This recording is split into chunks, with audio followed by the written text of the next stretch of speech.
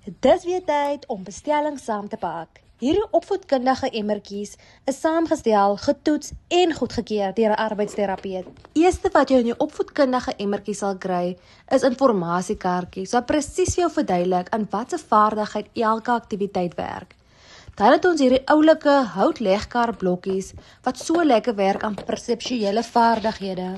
Ons tweezer en pompom aktiwiteit werk aan fynmotoriese vaardighede en kry die handspiertjies lekker sterk om die handjie voor te berei vir wanneer hulle leer skryf.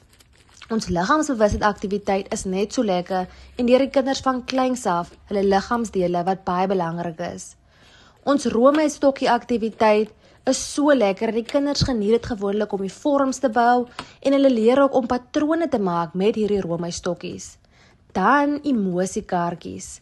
Kinders moet van kleins af verskillende emosies leer en hierdie emosiekaartjies laat dit toe.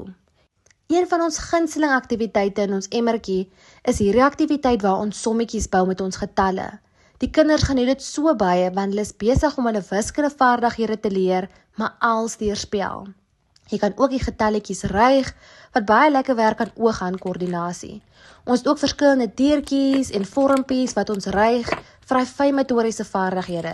Elkeen kry 'n sakkie klei en ons gebruik hierdie klei vir verskillende aktiwiteite. Een van dit is om jou eie gesiggie te bou met klei. Dan kan jy nooit genoeg legkaarte kry nie, want dit werk so goed aan perseptuele vaardighede.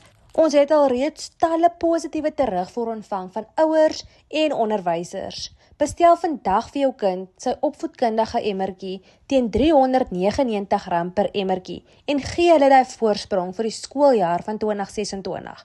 WhatsApp ons besigheidsnommer om jou emmertjie te bestel.